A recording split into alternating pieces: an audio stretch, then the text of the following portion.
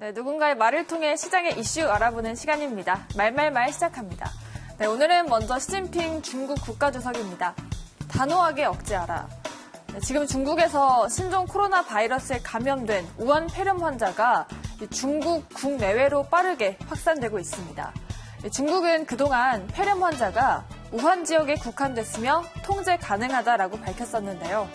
중국인들 사이에서는 이미 바이러스가 중국 전역으로 퍼진 게 아니냐라는 걱정이 커지고 있습니다. 시진핑 주석이 직접 나서서 질병 확산을 통제하라고 긴급 지시했습니다. 단호하게 병의 확산 추세를 억제하라면서 인민 군중의 생명 안전을 가장 앞에 놓아야 된다고 밝혔습니다. 외국에서도 지금 우한 폐렴 확진이 잇따르고 있죠. 태국은 2명, 그리고 일본은 1명에 이어서 어제는 한국에서도 중국 국적 여성이 신종 코로나 바이러스 감염 확진을 받았습니다. 한국 정부는 감염병 위기 경보 수준을 관심 단계에서 주의 단계로 상향 조정했죠. 이런 상태에서 춘제 연휴를 앞두고 춘제 대이동 때문에 바이러스가 급속히 확산될 우려가 더욱 커지고 있다고 하네요. 다음은 일본으로 가볼게요. 네, 아베 총리입니다. 약속 지켜라. 아베 총리가 새해 연설에서 6년 만에 한국이 일본과 가치를 공유한다는 표현을 사용했습니다. 한국은 원래 기본적 가치와 전략적 이익을 공유하는 가장 중요한 이웃나라입니다. 라고 말했는데요. 작년 연설에서 북한 문제를 언급한 것과는 대비가 되고 있습니다. 이번에는 이 북일 정상회담을 통해서 올해 주요 국정과제로 계속하겠다고 밝혔습니다. 하지만 이 강제징용 피해자 배상 문제와 관련해서는 이 나라 간 약속을 다시 꺼냈습니다. 이 관계 개선을 위해서는 한국 정부가 이 청구권 협정을 지켜야 된다라는 주장을 되풀이했는데요.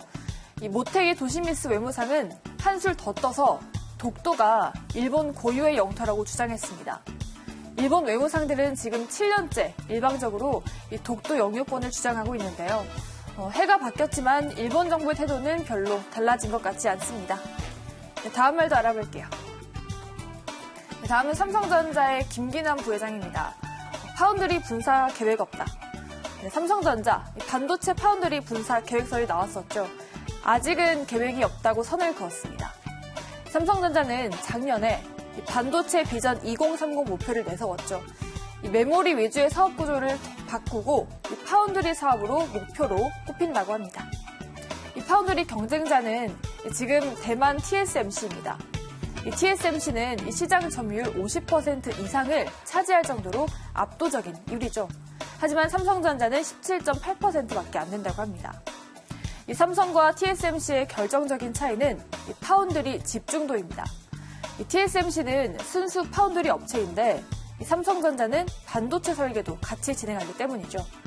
그래서 삼성이 이 파운드리를 확대하기 위해서는 분사를 해야 된다라는 의견이 나왔습니다. 하지만 삼성은 이 파운드리 분사보다는 이 선진 공정을 도입할 것으로 보이는데요. 이 삼성은 올해는 5나노미터 반도체를 또 22년까지는 3나노 반도체를 양산할 계획이라고 합니다. 네, 다음은 카카오 말도 알아볼게요. 네, 대한항공과 논의해 나가겠다. 카카오가 한진칼의 지분 1%를 매입했습니다. 작년 말에 대한항공과의 사업 협력을 위해 한진칼 지분을 사들였다라고 밝혔습니다. 앞서 지난달인 12월 5일에 이 카카오와 대한항공은 MOU를 맺었습니다. 이 대한항공 측은 IT와 마케팅을 접목해 이 대한항공의 경쟁력을 강화해야 한다는 이 조 회장의 의지가 반영됐다고 밝혔습니다. 이 카카오는 한진그룹 의결권 행사나 이 경영 분쟁에 말을 아끼고 있지만 이 카카오가 조 회장의 백기사가 될 가능성이 있다는 분석이 나오고 있습니다. 한진칼 주총은 오늘 3월에 열리죠. 이 조 회장의 사내이사 재선임 안건도 다뤄집니다. 이 우호지분 확보에 회장직이 걸려 있다고 하는데요. 지금은 갈등이 이어지고 있어서 3월 주총에 어떤 일이 벌어질지는 예측이 어려운 상황이라고 합니다. 네, 이렇게 오늘도 한진칼 이슈까지 모두 알아봤고요. 지금까지 말말말 함께 하셨습니다.